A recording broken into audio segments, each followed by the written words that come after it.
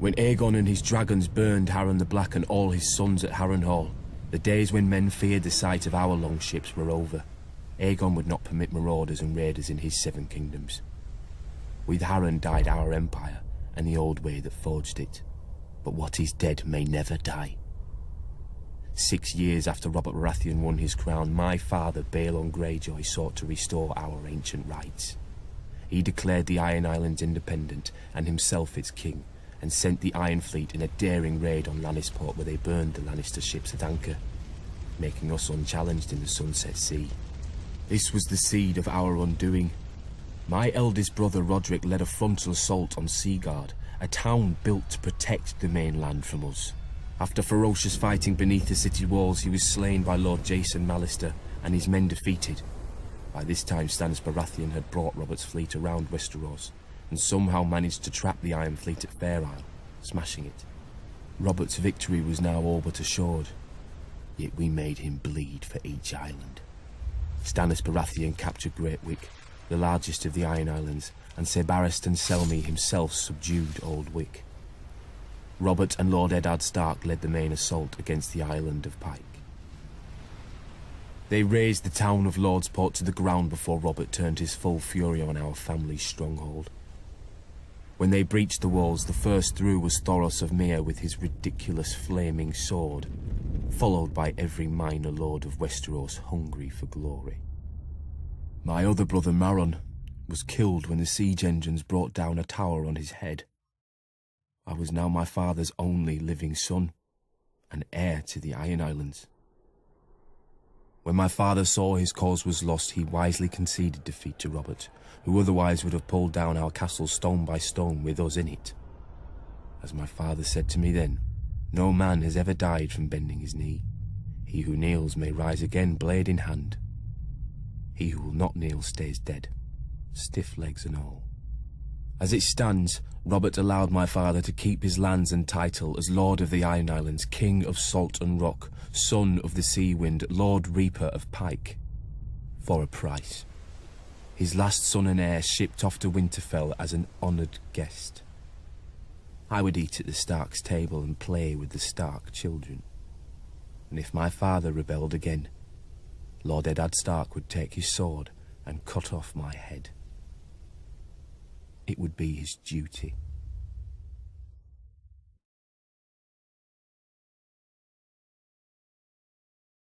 On the shores of the God's Eye, due north of the Isle of Faces, rises a monument to arrogance and cruelty. Harrenhal. For a people who prided themselves on their ships, the Iron Men of old seized any chance to leave them, and carved out a vast kingdom from the peaceful river lords. The empire reached its zenith under King Harren Hora, called the Black by those he terrorized, and by his own men, though they meant it proudly. King Harren enslaved the Riverlands to raise the mightiest fortress Westeros had ever seen. A castle that could garrison 1 million men, with walls so vast that winters would come and go, and besieging armies grow old and grey before the castle fell. 5 towers he ordered, reaching into the heavens like grasping fingers. A monstrosity which he forced our people to build for their own subjugation. But the very day the slaves laid the last stone, Aegon Targaryen and his sisters arrived in the south. When they arrived with their small army, Harren laughed and shut the gates. Harrenhal would have its first test, and an easy one at that. It failed. Harrenhal could have withstood an assault from all the armies in Westeros combined. But Harren learned that the tallest and thickest walls meant little to dragons, for dragons fly. With Harren and his sons dead, Harrenhal quickly surrendered to Aegon. House Tully then raised the River Lords in rebellion against the Iron Islands, and with Aegon we flushed the Iron Men to the sea. We should have torn down the castle stone by stone then, but Harrenhal seemed such a magnificent prize that Aegon gave it to one of his commanders, whose line then withered to extinction. as would every family to hold it thereafter. When many speak of Harrenhal, their voices drop to whispers about Mad Lady Lothson, who was said to send a giant bat to collect children for her crockpots, and to bathe in blood and serve feasts of human flesh. About the ghosts of Black Heron and his sons who still walk the castle at night, all aflame. Of the servants who went to bed in full health and were found in the morning, burnt to ash. Mere stories to frighten wayward children and excite young girls, you may say. You would not be entirely wrong. Harrenhal is a prize. A nigh impregnable castle with enough land and enough income to make a man, at a stroke, one of the greatest lords in Westeros. But you would not be entirely right either. Say by a king's grace, Harrenhal became yours. Now you must garrison it. You must repair it and maintain it. Even stretched to the ends of your means, you cannot fill and manage the whole castle. So you retreat your household to 4 of the 5 towers, then 3, then 2, then only the bottom thirds of those. You close the hall of 100 hearths and take your meals in your rooms. Even then you can't shake the feeling of desolation, that Harrenhal and its vastness is devouring you. In later years, as you bury a grandson or a great-grandson, the last of your line, you will know it has.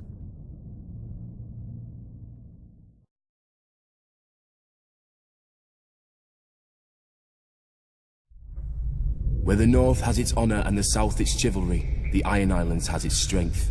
We call ourselves the Ironborn, and we are warriors feared throughout the 7 kingdoms. Or so we used to be. Unlike their mainland cousins, the first men of the Iron Islands never bowed to the old gods. Theirs was the drowned god, who made the Ironborn to reave and sack and write their names in salt, steel, and song, that his enemy, the storm god, could not wash away. We raised our kings from our own ranks, and used beaten foes as thralls to work our mines and farm our land. Or as salt wives, if a woman was pretty enough. Such was the old way, and while we followed it, we held sway wherever the waves were heard. When Aegon came demanding fealty, King Harren the Black ruled as far east as the Trident. Other kings like the Starks could kneel, but Harren was Ironborn, and the Ironborn must be beaten. In Harrenhal, he had the mightiest castle in Westeros, and the army to defend it. But Aegon did not intend a siege. He mounted his dragon and roasted Harren and all his sons in their tower, and the Old Way with them. Because of Harren's defiance, Aegon pushed the Ironborn back to our islands and gave the Riverlands to the Tullys. But he did allow the Ironborn to choose who would lead them. House Greyjoy had always been one of the greatest houses of the Iron Islands. We trace our descent from the Age of Heroes and the legendary Grey King, who took a mermaid to wife and made war upon the Storm God for 1,000 years. Blessed by the Drowned God, the Grey King fought and slew Naga, the great sea dragon, and took her fire for his own. This history made our ancestor Vicon Greyjoy the natural choice to lead the Ironborn after Aegon's conquest. For 300 years, House Greyjoy ruled the Ironborn. We styled ourselves Lord of the Iron Islands, King of Salton Rock, Son of the Sea Wind, Lord Reaper of Pike. In truth, we were thralls. Our people still chanted, "What is dead may never die." But the Old Way had died. Until the Targaryens followed their dragons into the grave, and our Lord Father, Balon Greyjoy, rose against the new king, Robert Baratheon. He seized our ancient crown and sent our Iron Fleet against the Lannisters at Lannisport, burning all their ships before any could weigh anchor. Though Robert and Eddard Stark would later defeat him, they understood us no better than Aegon. The Greyjoy sigil is the Kraken. What it grasped once, it will never surrender. What is dead may never die, but rises again, harder and stronger.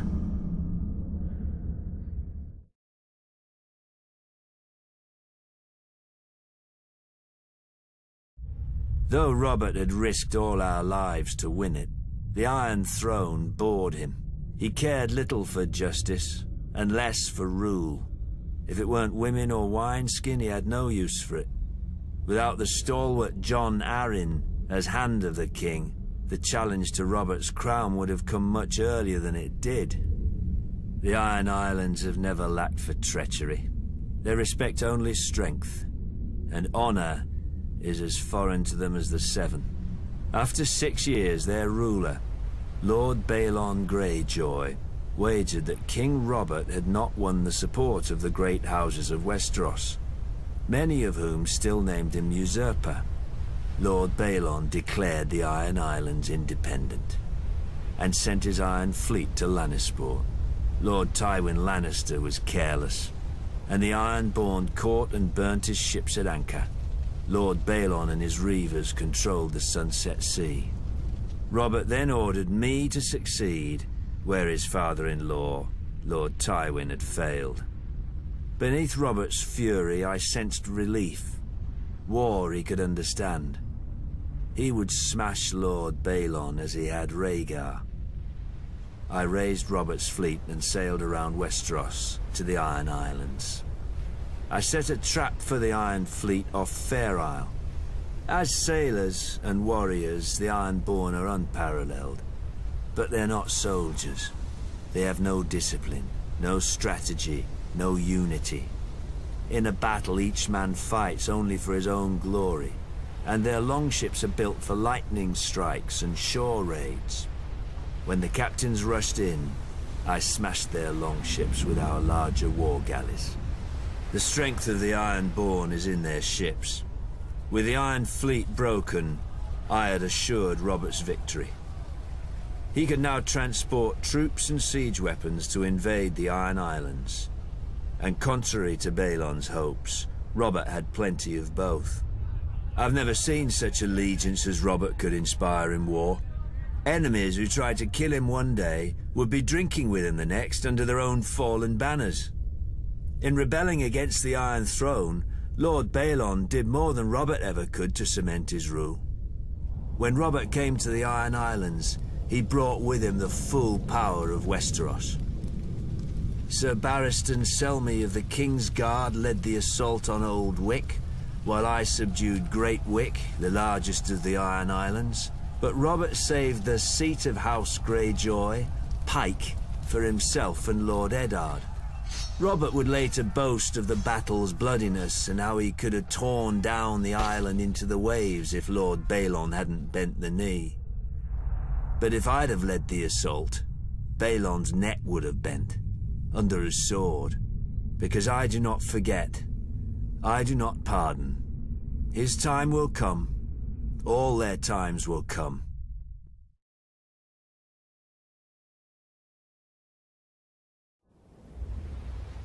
The Seven are gods of weakness and defeat, pretty chains that the first men kindly put on after the Andals crushed them, except in the Iron Islands.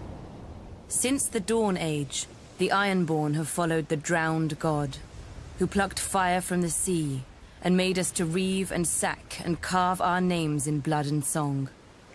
When the Andals landed on the Iron Islands, they found a god who was father, warrior, and stranger, who took mother, maiden, and crone when he would, and held the smith in thrall. His priests are the drowned men, who are clothed and armed by the sea itself. They consecrate us to the drowned god through our most sacred rite, the drowning, and ask the god to raise us from the sea as he was, harder and stronger. The Ironborn do not fear the bloodiest battles or the roughest waves, for the drowned god taught us long ago that what is dead may never die. When an Ironborn falls, we say the drowned god needed a strong oarsman and took him below to feast in the god's watery halls, attended by mermaids. But even in death, an Ironborn is a warrior. We fight against the storm god, who holds a castle in the clouds, and sends the winds to lure the Ironborn off course or wreck our ships. It's said my legendary ancestor, the Grey King, waged war upon the storm god for 1,000 years. With the drowned god's help, he slew the great sea dragon Naga and used her bones for his hall. After his death, the storm god tried to wash away any memory of this terrible foe, but his songs fill our halls to this day. It was the storm god who first blew the Andals to the Iron Islands, to subdue us and turn us from our faith. True, they conquered and killed our king, but in time they forsook their septs for the shore, and their fat septons for the drowned men. The Andals came to us as conquerors. In the end, they drowned.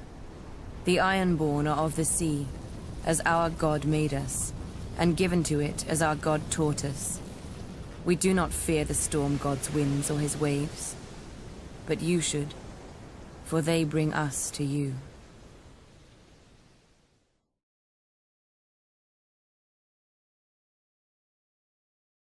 Dark wings, dark words. I was only a boy when the Raven came to call my father, Lord Eddard Stark, to another war. Balon Greyjoy had razed the Iron Islands in revolt and burned the Lannister fleet at anchor. King Robert Baratheon again needed his old friend. My mother Catelyn was not happy to lose her lord husband to Robert again. 6 years before, he had left her to avenge his father and brother against the Mad King. But now he had sons and daughters of his own, and, unspoken, another son who wasn't hers from the last time he went to war. My brother, Jon Snow. But she knew that in marrying my father, she had married the North.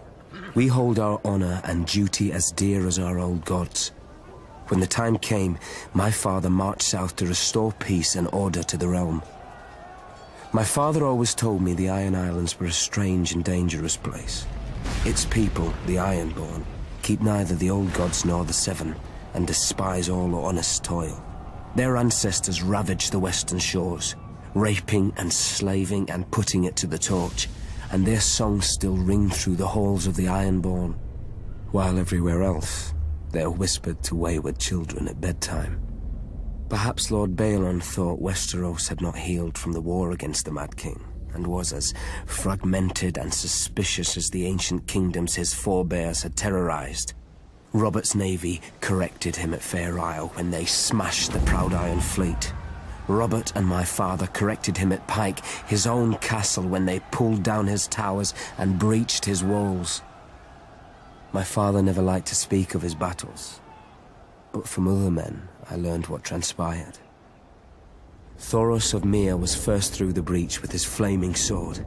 Not far behind him was Jorah Mormont of Bear Island, my father's bannerman who earned the knighthood he would later shame, and lords from every corner of the Seven Kingdoms. All day, through every passage in the castle, they fought side by side, my father with our ancestral sword Ice, and King Robert with his warhammer against a horde of axe-wielding Ironborn. In the end, Lord Balon bent the knee. King Robert generously allowed Lord Balon to retain his title and castle. The price of peace was custom. The only son of Balon's to survive his foolish rebellion would be taken as a hostage against future treasons. My father even volunteered to foster the boy himself, I suspect, to make Theon Greyjoy a different man than his father, who would bring honor and duty to the Iron Islands when he returned as heir. So my mother's silent fear came true, and my father returned with another child. Theon ate with us, played with us, and fought with us. Once the great bond between my father and Robert Baratheon united the realm against a mad king and brought him to justice for his crimes. Now, another monster sits on the Iron Throne, and another debt of blood is owed my family. Theon is my murdered father's ward. I am my murdered father's son. Like my father and Robert, bound in blood, if not by blood, we are brothers.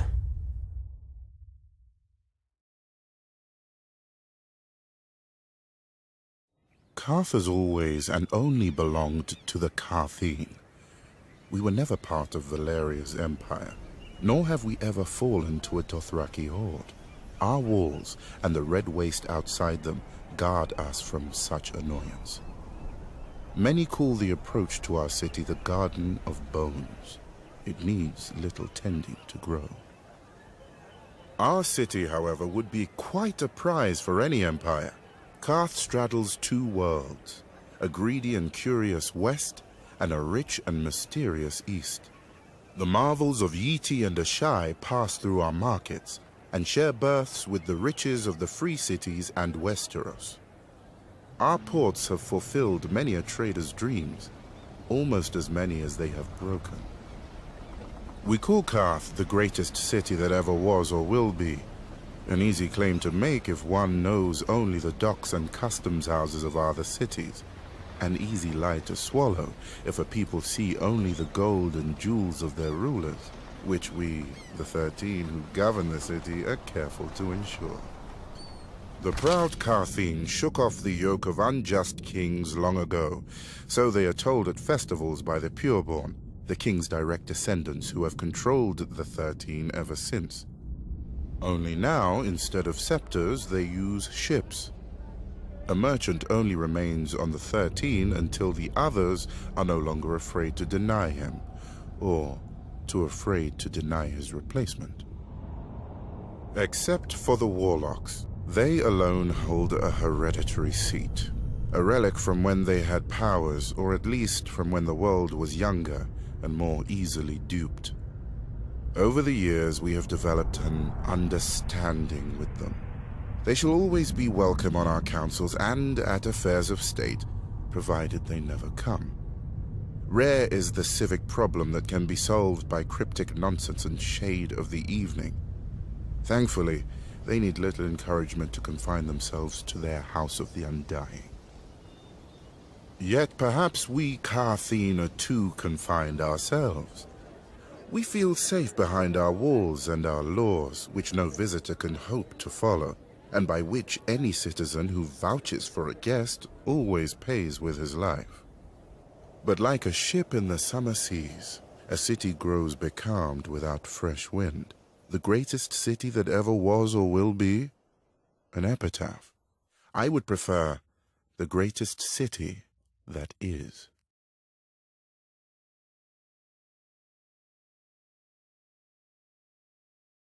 The East is plagued with mystics who claim many dread powers but prove only one, separating the foolish from their purses. Not so with the renowned warlocks of Karth. They demand a much dearer coin in return for their parlor tricks: respect. Once, the warlocks truly were mighty, or so they would have us believe. I do not doubt they have many secrets. They are an old order, and one does not obtain a seat on the 13, the governing council of Karth, without making 12 of our most powerful citizens afraid to forbid it. Thankfully for Karth, the warlocks exert little influence in our politics. They rarely leave the confines of the House of the Undying, a pompous name, but, I admit, a strange and dark tower. It is said that none who enter ever leave. Of course, since there are no visible doors, I have to believe none ever enter either. We can only imagine what the warlocks do inside. I wager we do not have to imagine much.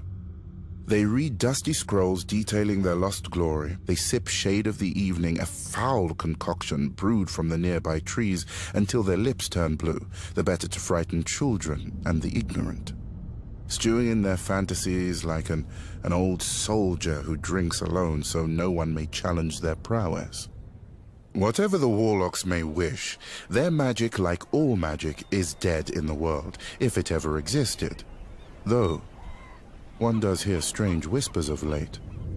Glass candles that have been cold for 100 years, now burning. Ghost grass, found far from the lands of the shadow. A Khalasar led by a woman with 3 heads. Trader's nonsense, most likely. But should the warlock's vaunted magic ever return, that would be a dangerous day for Karth. I shall need to keep my eyes on them. Indeed.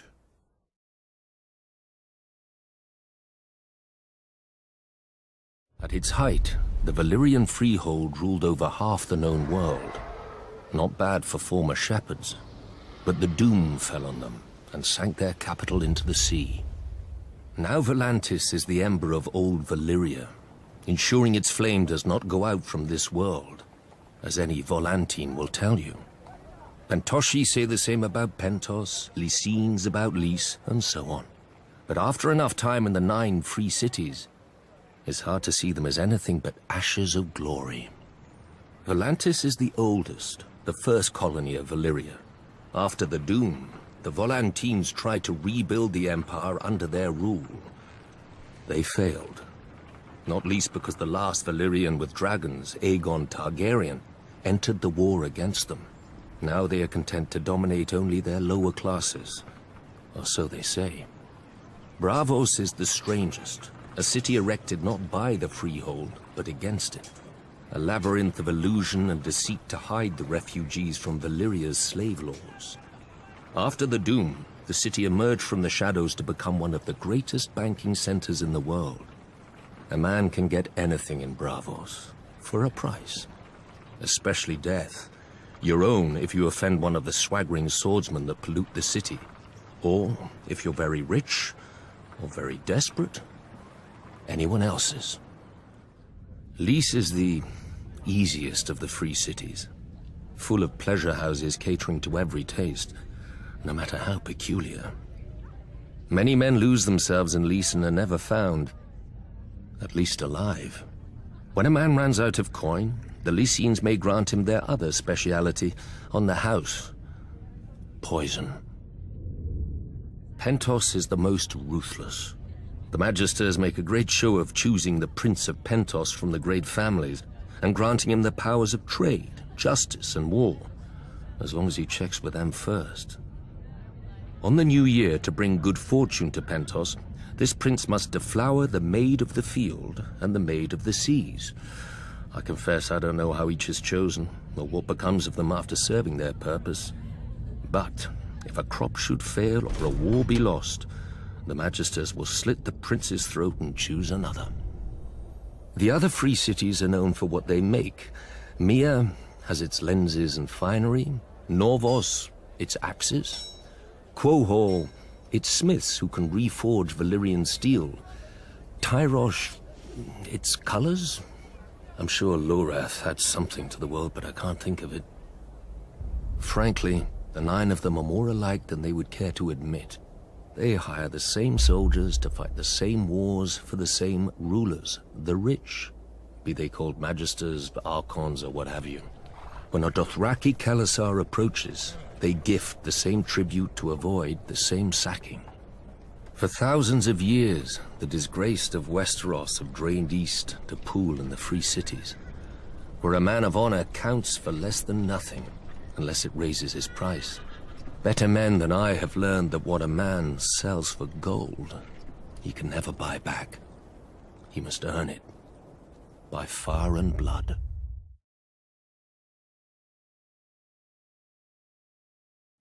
My brother Robert Baratheon had raised the banners of Storm's End, our ancestral castle, against the mad King Aerys. Jon Arryn of the Vale and Eddard Stark of the North stood with him, and Hoster Tully of the Riverlands would join.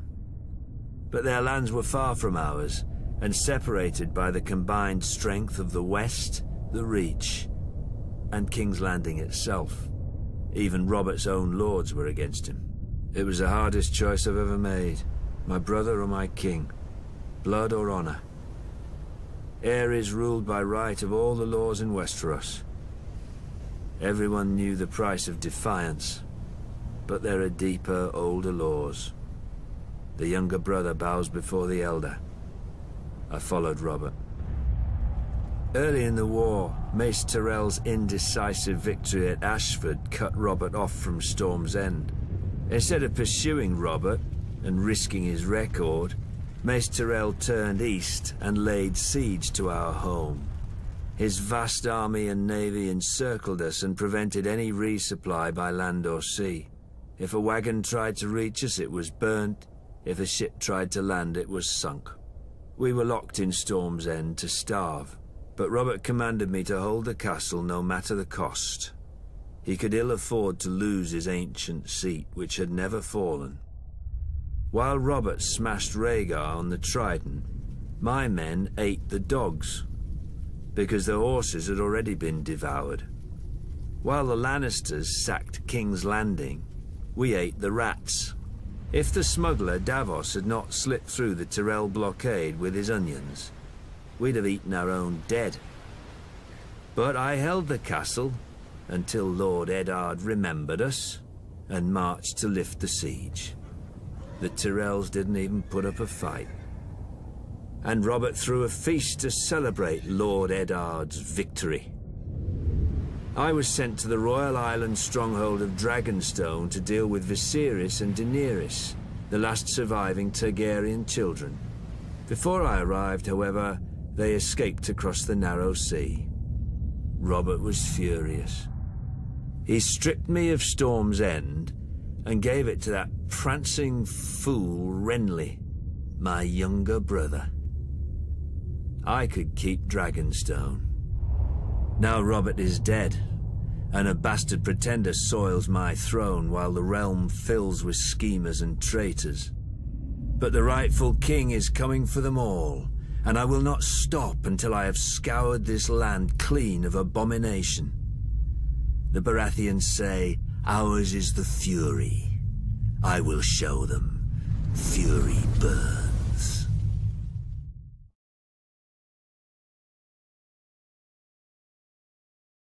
Family, duty, honor. Every Tully child learns our words, but I was a woman before I understood them. Years before, my father had taken to foster the son of a wartime friend, a minor lord on the Fingers. The boy had arrived at our castle as Peter Baelish. Due to his home and size, my brother soon named him Littlefinger. When I came of age, Brandon Stark of Winterfell sought and won my hand. To my father, Brandon was heir to the north and a suitable match for a daughter of House Tully. To me, Brandon was wild and terrifying, never far from laughter or trouble. I loved him with all the fire of a first passion, much I came to realize as Peter loved me. When Peter heard of my engagement, he challenged Brandon to a duel. Peter survived only because I begged Brandon not to kill him. I still thought of Peter as family. Now, I wish I had let him die. Only days before my wedding, when I thought to be happy forever, Prince Rhaegar Targaryen abducted Brandon's sister, Lyanna. Hot-blooded as always, Brandon immediately rode for King's Landing to demand justice, which the Mad King Aerys Targaryen gave him, in his own twisted fashion. The day the Raven arrived with the news of my Brandon's death, I locked myself in a room and refused to eat for days, until my father reminded me of my duty. I was to marry Eddard, Brandon's younger brother, a man whom I had never met, though of whom none spoke ill, or spoke anything at all. Our union would cement an alliance of the North, Vale, Stormlands, and Riverlands in rebellion against the Mad King. I was a Tully. I did my duty. We were married quickly, and were spared only one night before he had to return to the field. I spent the war by the windows waiting for a raven to hear if my son would grow up fatherless or at all. We knew the price of defeat. I scoured the kitchens and washing rooms for any and all gossip. Robert had won and crushed the Mad King. Robert had lost, but Jaime Lannister was now king. Robert had almost won, but the Mad King had become a dragon and burned King's Landing to ash. At night, I told myself the war would end soon and bring peace.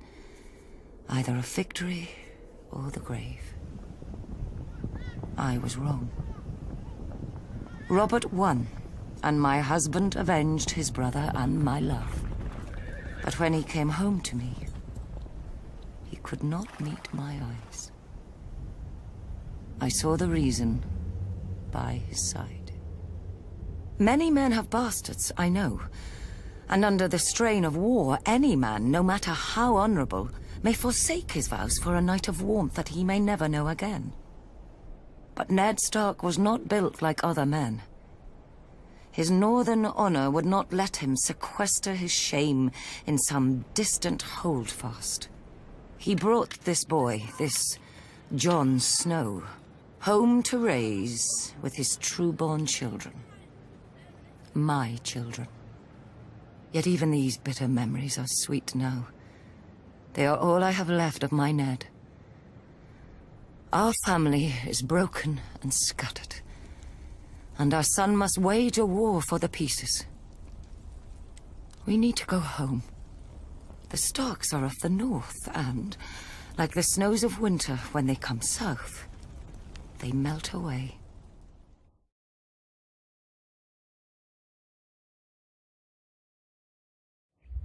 In King's Landing, if you leave the Red Keep and aren't careful, you may find yourself in Flea Bottom. In such a cesspool did House Seaworth have its glorious start. I got out as soon as I could, finding work on a smuggler's ship.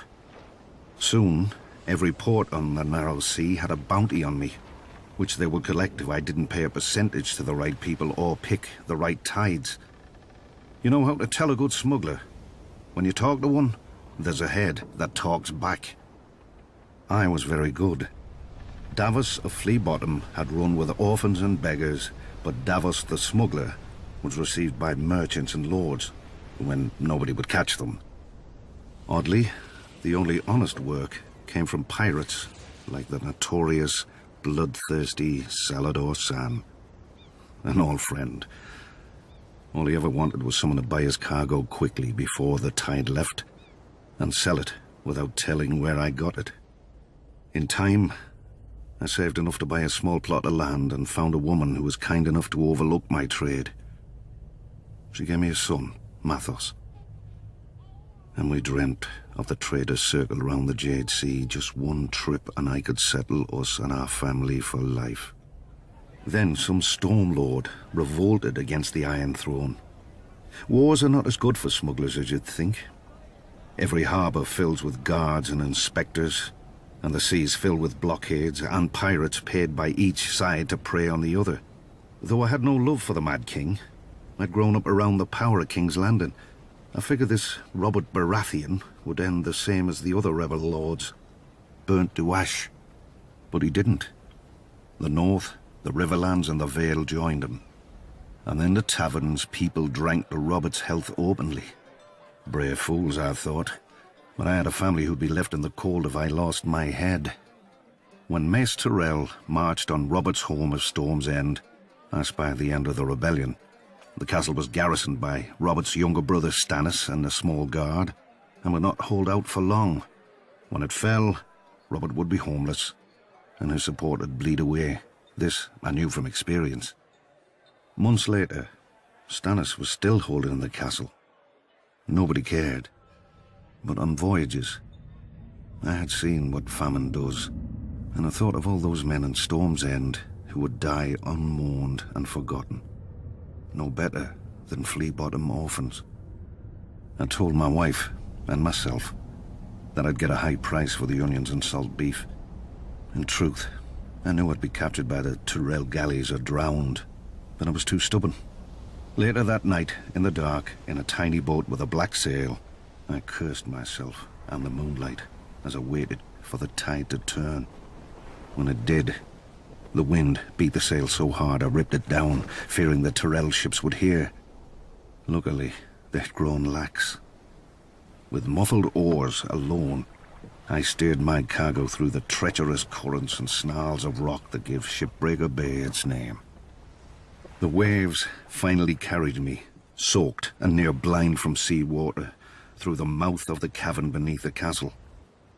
Then, Stannis Baratheon arrived.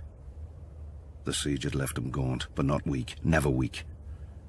He greeted me and accepted my onions with cool courtesy, betraying no emotion, even as all wept. He doled out the food to his wife and each of his men before he ate himself, a portion no larger than any other. When he finally thanked me, I could see his mind had already returned to the castle's defense. His duty After Ares fell and Lord Stark lifted the siege, Stannis summoned me.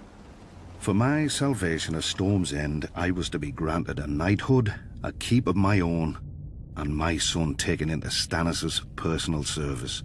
Davos of Flea Bottom had become Sir Davos of House Seaworth, and his son would serve the king's own brother.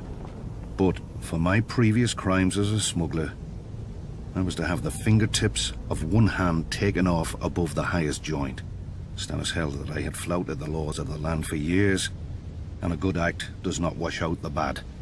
In one fell swoop, or 5, Stannis gave my son a future and my family a name that I could never have imagined, nor earned on my own. I still keep the finger bones in a bag around my neck, to remind me what I was and what I owed to Stannis. For during my many years as a smuggler, I visited many ports, taverns and back alleys, and saw many things in this world, but never justice. Until Stannis.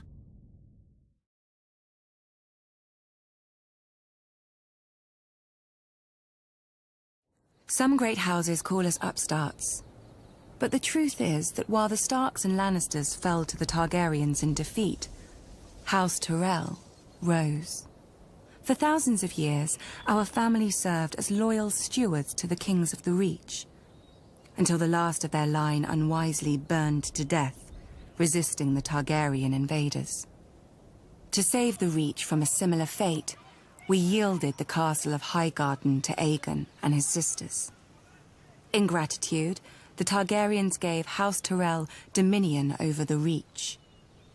And we became lords of the castle in which, for generations, we had served. Under the Targaryen dynasty, Westeros prospered.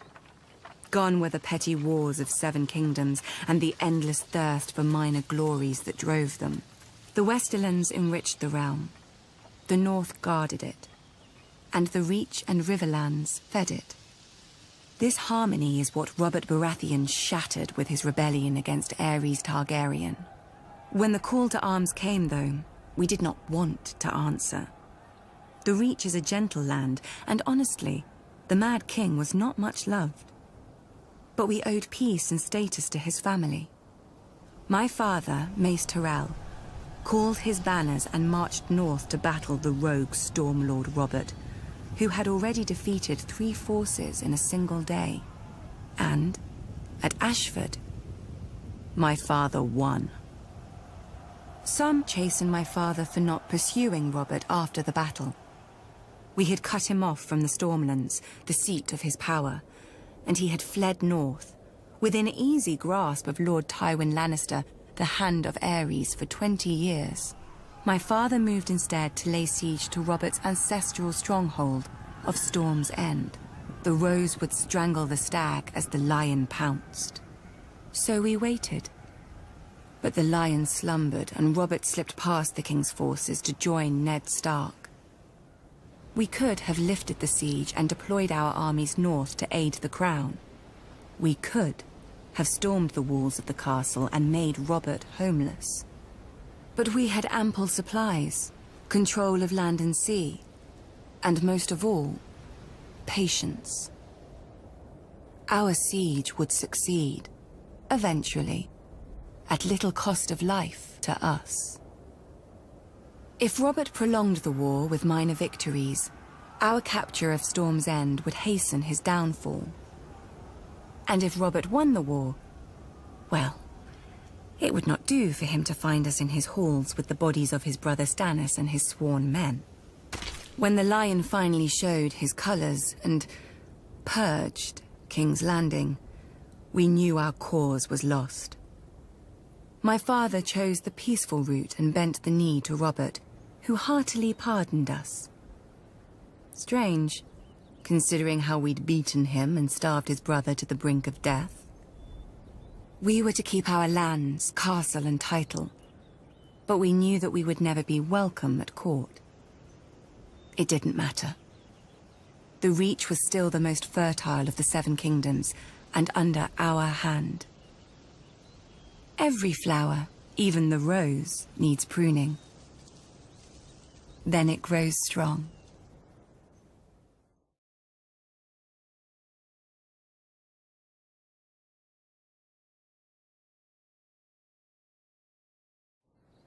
House Tyrell trace our descent to Garth Greenhand, the legendary first king of the Reach who made the land bloom.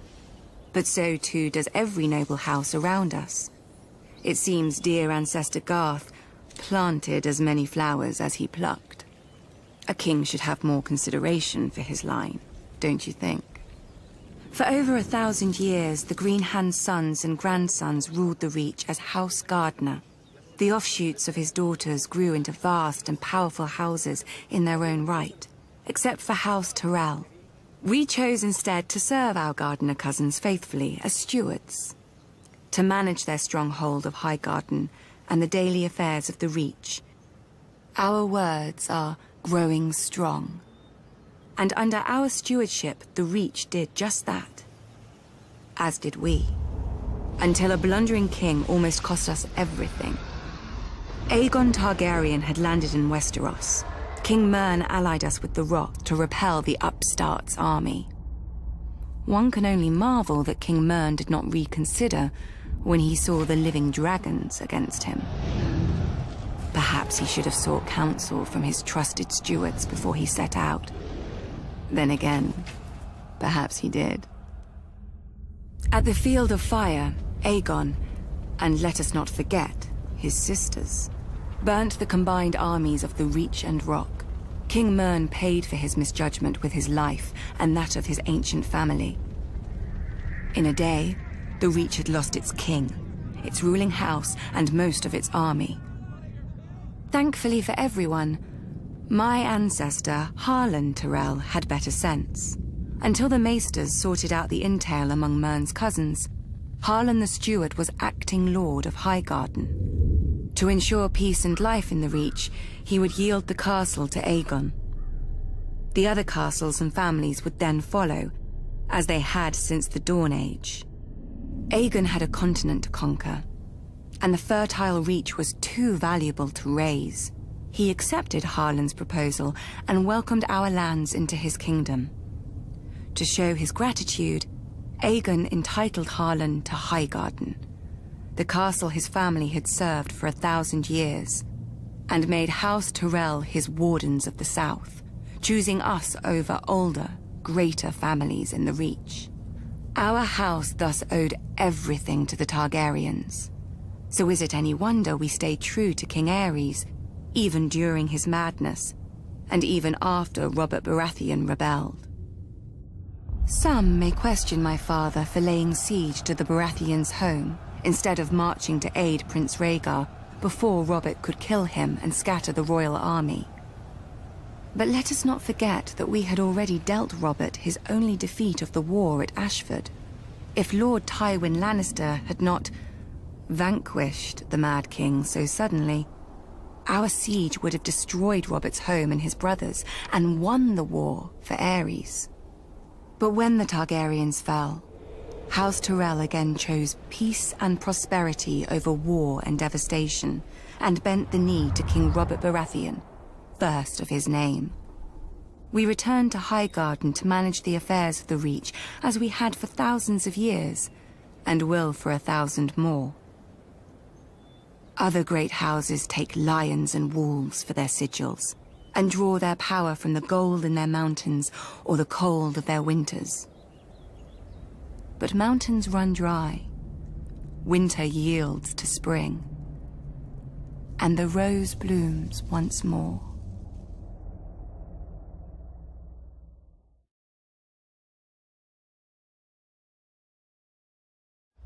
Nobody knows why the Targaryens first came to the island of Dragonstone. Old Valyria was then at the height of its power and the center of the civilized world, which ended at the Narrow Sea. Westeros was a filthy backwater with 7 kings squabbling over borders and minor glories. So much for progress. The island itself was and is nothing. It had no gold or gems to lure Valyrian nobility. All it has is rock, mostly a shiny black stone too brittle for war and too sharp for building. The Targaryens called it dragon glass. I call it useless. But the Targaryens managed to raise a castle here, Simpletons claim they used ancient Valyrian sorcery, forgetting that the Targaryens brought a small army with them from Essos. There's no magic in strong backs, though admittedly the castle is unlike any in Westeros. Foreign and strange. If the Targaryens ever regretted their barren outpost and longed for the comforts of home, the doom made their folly permanent. Valyria collapsed into the waves and was no more. To look east was to see the ruin of their homeland, the greatest civilization before or since. But to look west, as Aegon realized, was to see a fertile land ripe for conquest. Perhaps even a new Valyria. Though good for little else, Dragonstone was the perfect staging point for Aegon's invasion of Westeros. The Blackwater Bay granted easy access to the continent. The lands there were disputed by 3 kingdoms: the Reach, the Iron Islands, and the Stormlands. But their capitals were far enough away that none could mount a force before Aegon got a foothold, even if their kings had been able to stop bickering over whose problem he was. Then it was too late. Aegon had chosen his first camp well, with the bay to the east, the river to the south, and open fields to the north and west. His army would be impossible to take by surprise. A perfect site for an invasion, and one day, his capital city, King's Landing. The Doom had taught the Targaryens the prudence of refuge. After the conquest, Dragonstone became the seat of the crown prince and heir to the Iron Throne. It would serve them well, and me ill, 300 years later, after my brother Robert Baratheon rebelled against the Iron Throne and the Lannisters slaughtered the Mad King Aerys and his royal family. Robert dispatched me to deal with the last surviving Targaryen children, but before I arrived, a loyal knight smuggled them across the narrow sea to safety. Hatred for the Targaryens blinded Robert. Unjustly, I was blamed, and stripped of our family's castle of Storm's End, and given Dragonstone in its stead. Over the years, whenever I demanded my rights restored, Robert would remind me of the island's royal pedigree and pretend he was doing me honor, as if I were one of his tavern girls to be so easily deceived and dismissed.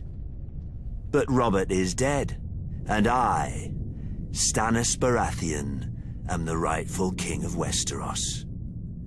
Let the usurpers and traitors sit on the Iron Throne. From Dragonstone, I will be the dagger at their throat.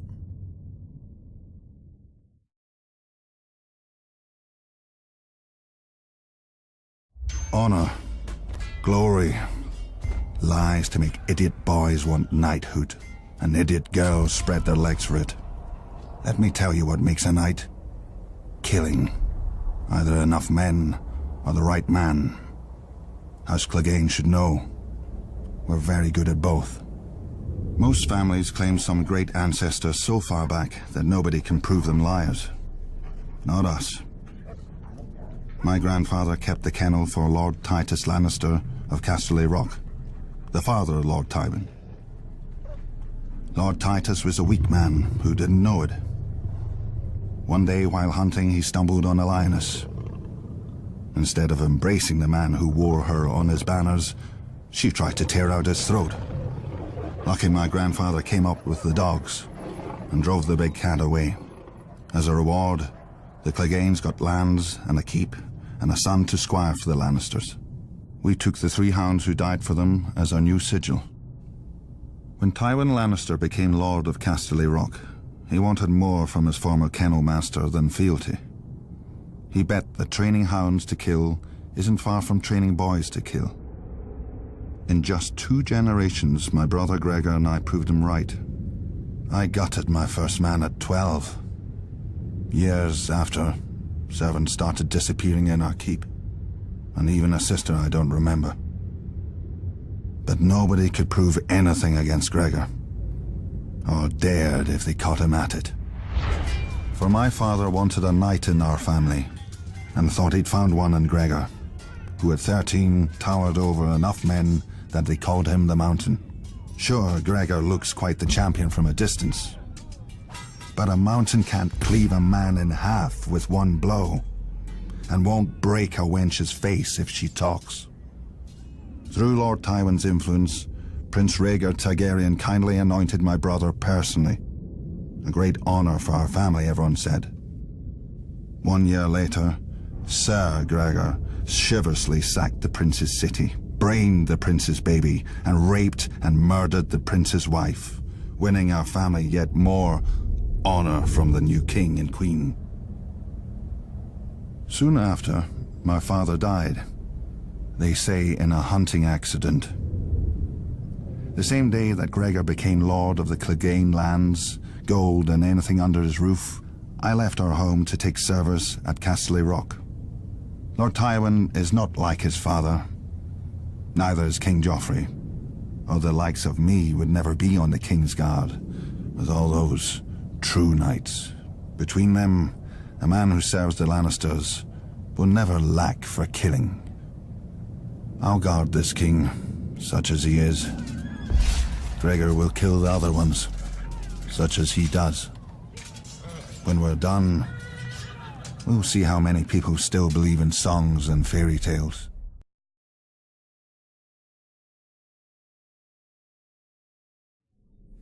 Dragons conquered the Seven Kingdoms, but to rule them, the Targaryens needed a less temperamental tool. When the great King Maegor saw the power of the Alchemist Guild, he blessed us with his patronage. In those days, we commonly transmuted metals and other wonders, but the king was most interested in our mastery of the substance, which those not of our order dub wildfire. A slight misnomer. To the uninitiated, the substance indeed seems uncontrollable. Water will not extinguish it, nor plate of steel repel it. Our order alone knows its secrets. In bare stone cells beneath the guild hall, our acolytes prepare the substance with utmost care and ancient magic. Apprentices then remove the jars to a secure storage. Overseeing its purity are the wisdoms, such as myself, who are adept in the alchemical mysteries. Should an acolyte prove unworthy and allow the substance to ignite, the ceilings are spelled to collapse and fill the room with sand. For once lit, only smothering or starvation will quench the fire. Many years did the Alchemist Guild serve the Targaryens faithfully, until we were beset on all sides by the envious, the Order of Maesters, who dismissed all learning but their own, and the charlatans who hucked green paint and worse in our names. After the unfortunate Prince Aerion Targaryen, drunk with wine, boasted that a draught of the substance would transmute him into a dragon, we lost our royal favor. Then came the wise King Aerys, second of his name. I was merely an acolyte when he restored our guild to its former glory. As had his great forefathers, he appreciated our secret arts, even naming Wisdom Rossart as Hand of the King. Together they punished his enemies as befits a true Targaryen. During the War of the Usurper, I heard whispers that King Aerys had engaged our greatest wisdoms for an ultimate weapon against his foe. But sadly, King's Landing must have fallen before it could be used, and many of our wisdoms disappeared in the sack of the city, victims of ignorance and envy, as ever, I'd wager. Yet our order perseveres. Like the substance, which grows ever more potent as it ages, we perfect our ancient arts in darkness, forgotten by the world. We are masters of the fire, But we live only to serve. All we need is the right spark.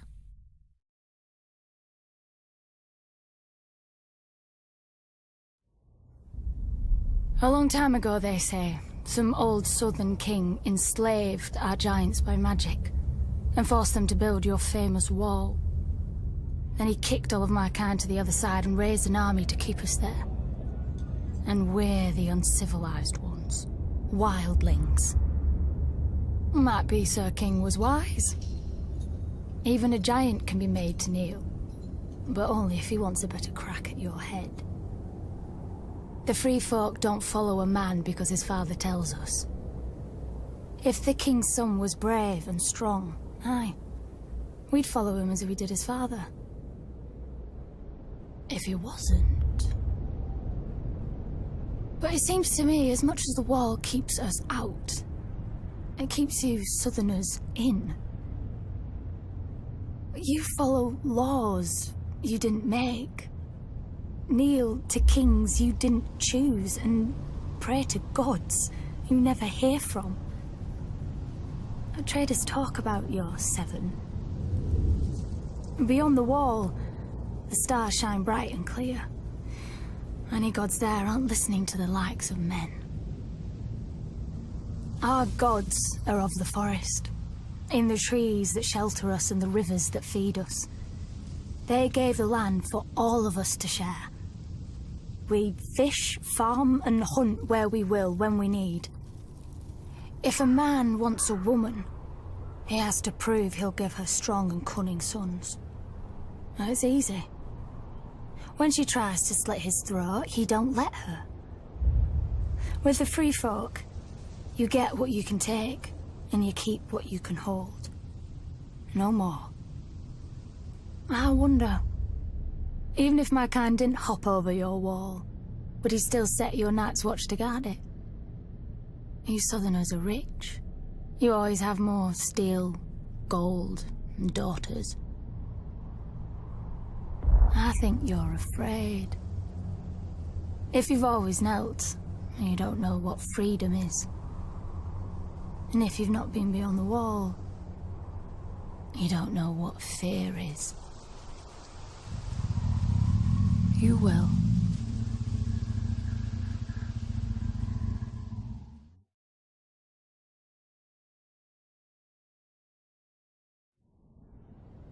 Swords in the darkness. Aye. The Black Brothers of the Night's Watch are that, at least. As too many of the free folk know. You southerners are strange. A man murders, and you train him to kill better. A man thieves or rapes, and you send him where it's dark and private. Well, at least you make him promise to be good. Well, then you make him regret even that.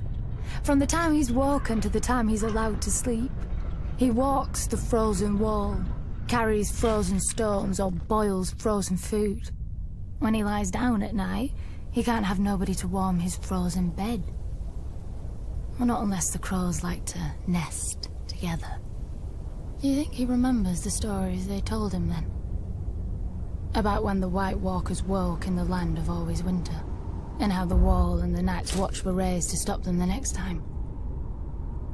Never mind trapping us on the other side. We free folk have our stories too. About how one of your king crows found something cold in the woods, with bright blue eyes. How he brought her home, through your wall, and declared himself Night's King. 13 years he and his queen ruled over his brothers, making sacrifices as black as their cloaks. Lucky for you southerners, the free folk rallied to a king beyond the wall, as we will when need be, and marched on the ancient castle he'd taken for his own, the Night Fort. With the help of the Starks, we killed the demon and cleansed your precious watch. And then they thanked us, and kicked us back across the wall, as you always have. Gendel, Raymond Redbeard, the Horned Lord, each chosen as a king beyond the wall, each promising victory. and all falling to the Night's Watch and the Starks. But this time is different. Our new king knows your tricks. You called him a brother crow once, but he never forgot his wings. We know how you think. We know where you're weak. Watch for us from your wall if you like. With the cold, you won't even feel the blade slip into your back.